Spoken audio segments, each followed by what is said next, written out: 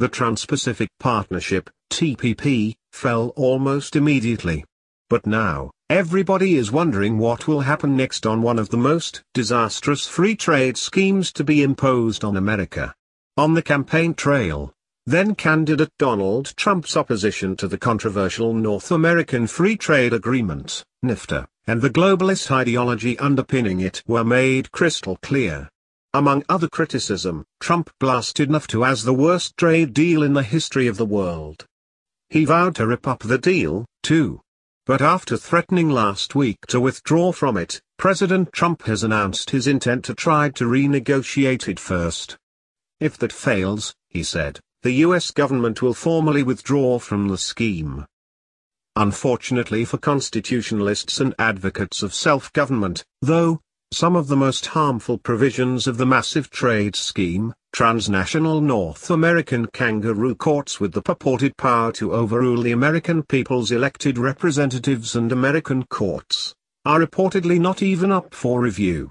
Whether those and other extremist NAFTA provisions undermining U.S. national sovereignty will be revisited in the upcoming negotiations remains to be seen.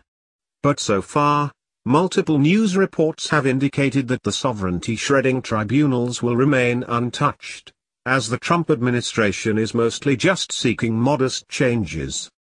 Indeed, when asked what might change under the renegotiated NAFTA, White House Press Secretary Sean Spicer gave no indication that the worst elements of the scheme were even being considered.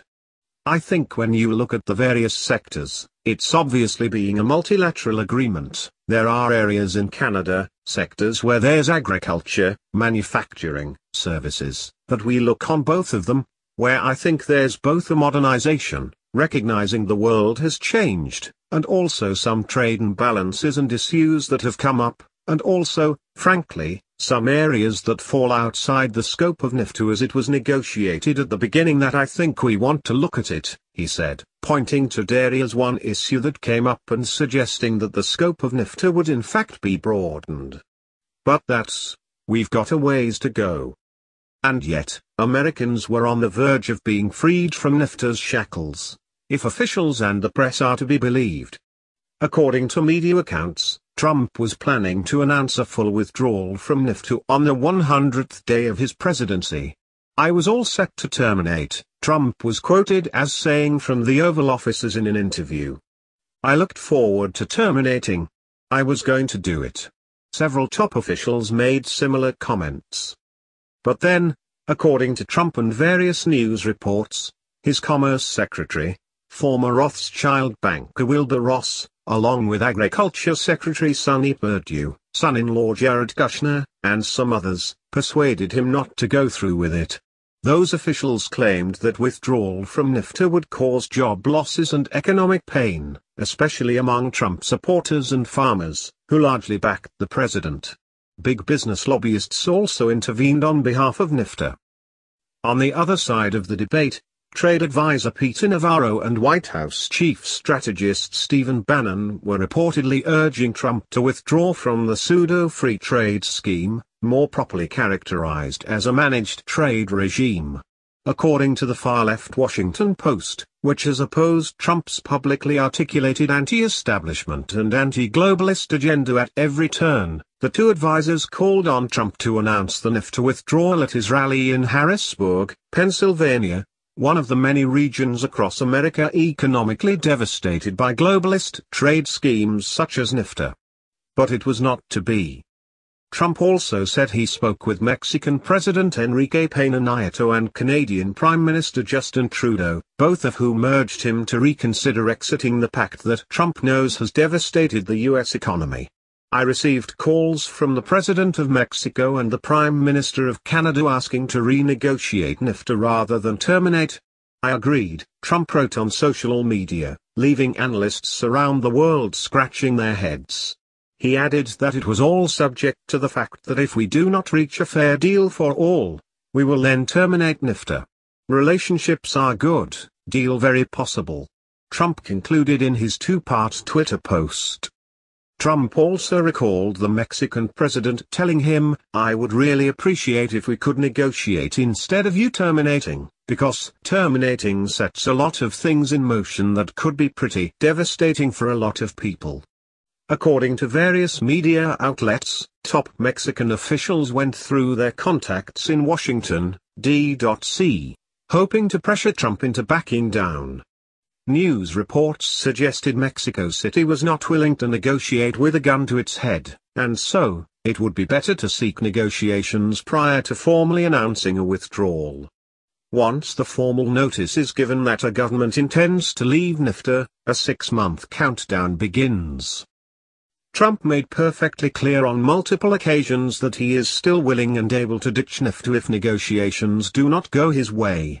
"I can always terminate," Trump was quoted as saying by the Post after explaining that he deferred to the wishes of the Mexican and Canadian government leaders, for now, because he has a good relationship with them. "They called me up. They said, 'Could we try negotiating?' I said, 'Absolutely, yes. If we can't come to a satisfactory conclusion, we'll terminate NAFTA.'" He made similar comments at the White House during a meeting with Argentine President Mauricio Macri. "I decided rather than terminating NAFTA, which would be a pretty big, shock to the system, we will renegotiate," he said. "If I'm unable to make a fair deal for the United States, meaning a fair deal for our workers and our companies, I will terminate NAFTA. But we're going to give renegotiation a good, strong shot." Press Secretary Spicer echoed those remarks, telling reporters that Trump would hold on the termination while we negotiate a better and fairer deal for America and its workers. But the president also made it clear that if the parties are unable to agree on a deal that is fair for American workers and companies, after renegotiation, giving renegotiation a good shot, he will move forward with termination, Spicer added. Other top White House officials, such as Chief of Staff Reince Priebus, have suggested that Trump is in a good negotiating position thanks to his well-known willingness to ditch the scheme. But for voters from economically devastated communities who believe Trump's rhetoric on the campaign trail, and even for some senior officials in the administration, merely renegotiating a few provisions in NAFTA would be a bitter pill to swallow. That is because, among other reasons, before being elected, Trump gave repeated indications that he planned to get rid of NAFTA. "I'm going to rip up those trade deals and we're going to make really good ones," Trump said on a campaign stop in Maine during the primary season. "Ruin free trade? If I'm losing $505 billion with China, if I'm losing $58 billion a year with Mexico, in terms of deficit, why do I want that kind of trade for anyway?" He has also repeatedly expressed his antipathy toward multilateral trade schemes, preferring bilateral deals instead. Commenting on NAFTA specifically, Trump was brutal. "NAFTA is the worst trade deal maybe ever signed anywhere, but certainly ever signed in this country," Trump said at a debate with crooked Hillary in late September. Before that, he indicated that he knew how much suffering the scheme had unleashed. "I see the carnage that NAFTA has caused, I see the carnage," Trump said in early August in North Carolina. "It's been horrible. I see upstate New York, I see North Carolina, but I see every state. You look at New England. New England got really whacked. New England got hit." While he promptly kept his promise to reject the TPP scheme that would have entangled America with a dozen foreign governments and dictatorships, Trump said NAFTA was even worse than that one.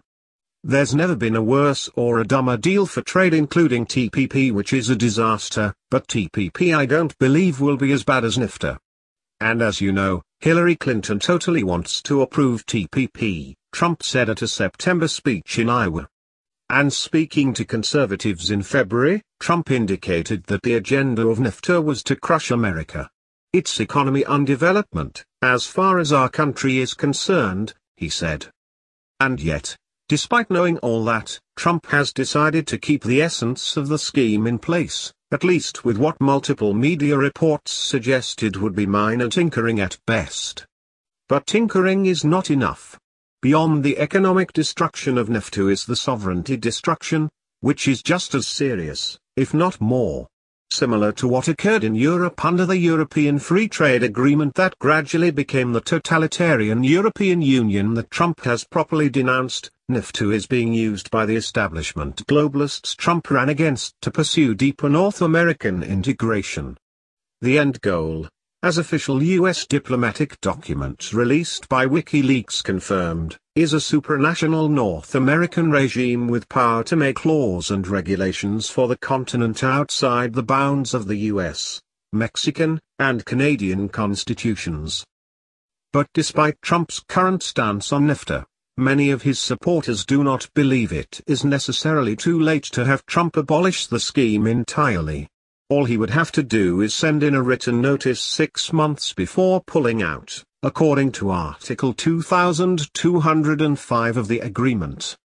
For that to happen, though, concerned Americans must continue to pressure the White House and Congress to put America first, as Trump promised. And that means ditching NAFTA and all of its sovereignty-stealing schemes.